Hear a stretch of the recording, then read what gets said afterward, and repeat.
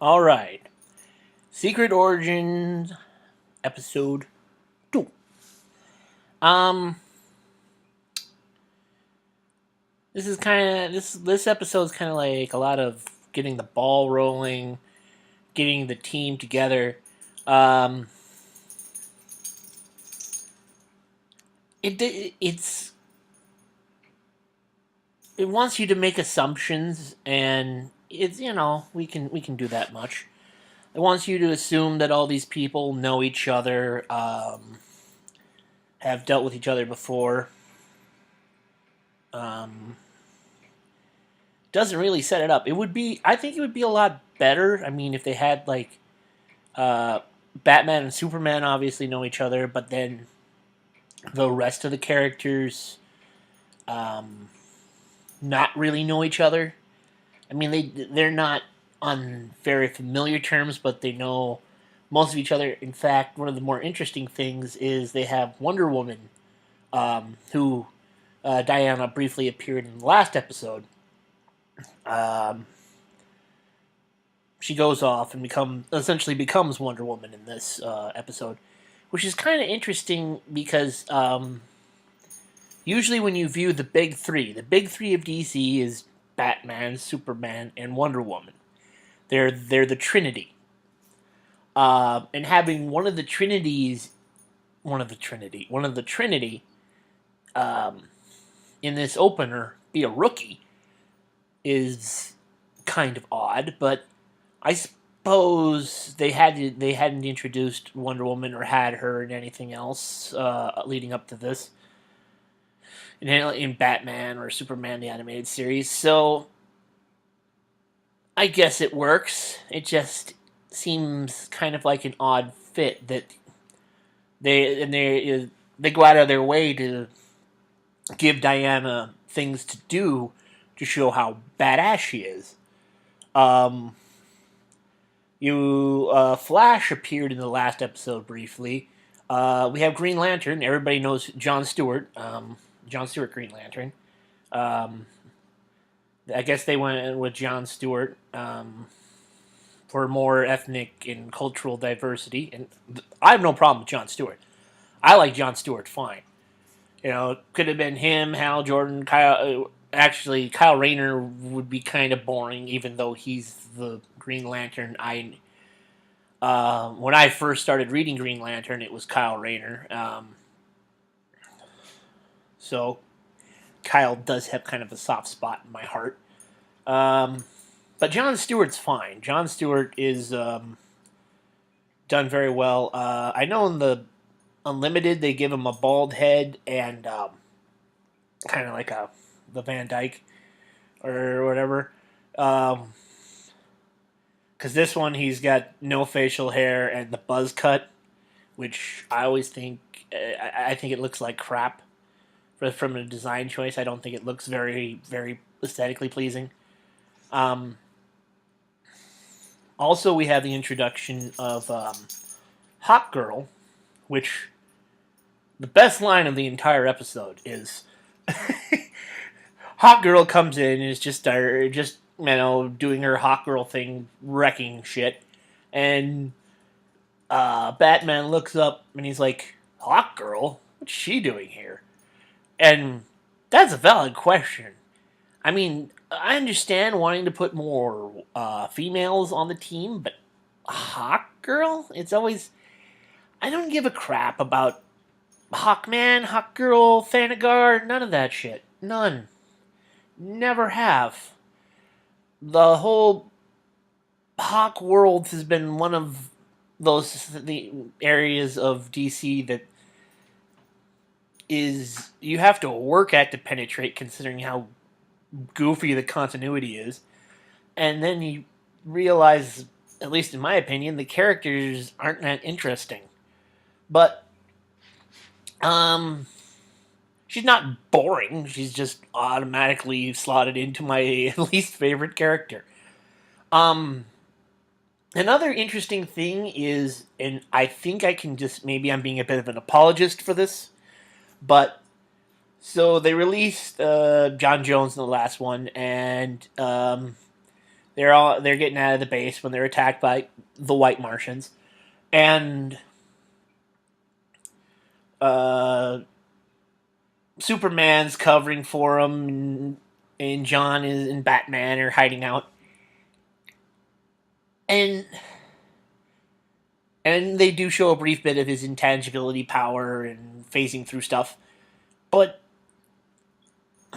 Martian Manhunter is like a Superman level guy, and he's hiding behind, and he can fly, and Martian Manhunter is a bad dude. You don't want. He's a bad mother. But they have him hiding out with Batman and getting in the Batjet. And I'm like, okay, you haven't really established what this. Here's your chance to establish what this character can do. They threw Diana in the mix and made her do stuff. But for the most part, Martian Manhunter is just pretty much running and, trying to escape with Batman. Which I guess you could say that maybe he was weakened from being imprisoned for so long, and it took a lot out of him. Dog is losing his shit and running back and forth. So that's weird because you want to see the Martian Manhunter kick ass. I mean, I'm not the biggest John Jones fan, but he's more on one occasion, went toe to toe with Superman level baddies on his own and won. So that was just weird. Like I said, they had the Flash in this one, and thank God it's Wally West. I mean, I don't get my Wally fix anywhere. I mean, and I know it's not. They kind of made Wally more jokey and impatient, kind of go with the speed thing. And also, the Flash has always been, at least the Wally West, and especially through the Mark Waid and Jeff Johns run, just a guy. They really emphasize that. He's just a dude. He runs like at the speed of light. But at the end of the day, you have like the icons. You have Batman and Superman. I mean, they're these giant symbols, and even the Green Lantern, a symbol of like this greater core. Hush, doggy. But the Flash family has always kind of hinged on being really insanely powerful, but very down to earth. That kind of idea of that they're running, their power is running, running really fast, and everything they can do with that. And they're always down on the ground with the people, kind of a more one-to-one relationship, which has always been very interesting for me. I mean, you could argue that Batman kind of has that, but Batman is very aloof. He's hiding in the shadows. He's not talking to me. The Flash is just like, you could see him hanging out on a street corner having a hot dog. And that would be something that the Flash would do. He's always supposed to be this very approachable character. And I think by making him kind of jokey and kind of impatient, it's something that, people who watch cartoons could recognize and get kind of a giggle about, and it endears you.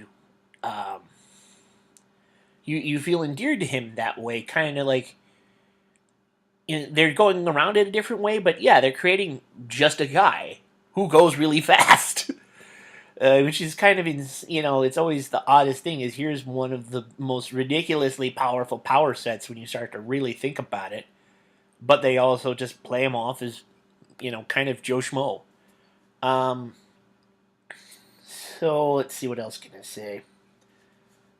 I do like they kind of split up into teams, and the teams they're not gelled yet, so there's kind of arguing and not understanding each other's styles. Wonder Woman is like chastising Batman, like, why are we waiting in the shadows? He's he just kind of looks at it as like, we're scouting stuff, you know. I'm Batman. You just shut up. Um, you got Superman, who's always, you know, the guy who thinks he needs to take the lead, and here's Hawk Girl just laying waste to stuff, not even giving him a chance, and he's like, you know, he's so used to protecting someone that he's not. It's kind of a jolt to him to have someone take care of it, you know, right in front of his eyes. He's like, oh, you can handle yourself. Yeah.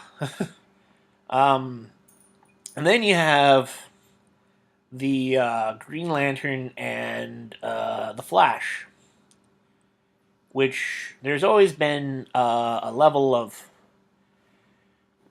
burying how we're the Silver Age Lantern and Flash were like best buddies. They had a really good relationship. I mean, it was also, well, I suppose Green Lantern and Green Arrow were also really good pals too. But Flash and Lantern got along really well.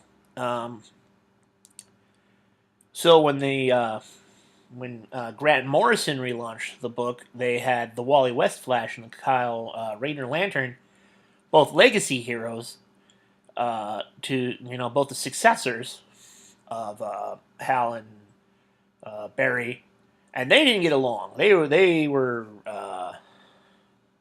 a volatile mix, which I think they're trying to grab that vibe.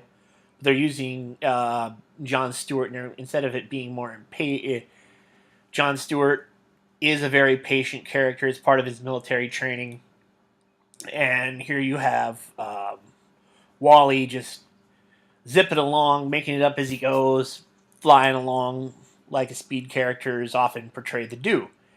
And that's, it starts to rub them the wrong way. In fact, it's interesting how much that idea and the fact that when Grant Morrison relaunched, I believe it was in the late 90s, relaunched the JLA, the first arc was the White Martians, and I'm wondering if that's why they decided to do that, is to take from Grant Morrison's initial arc a little bit. Because the White Martians give you a chance to, one, introduce John Jones, the Martian Manhunter. Two, they're badasses. They, even in the comics, when the White Martians show up, shit gets wrecked. And three, you're not throwing out your Lex Luthor or Joker yet. You have a semi, kind of like it's an army. There's no one guy to focus on, and that gives it's an invasion. There's not time to sit there and listen to the evil maniacal plan of the bad guy. So you have more time to spend with the heroes because you do not have this gigantic villain character as a distraction.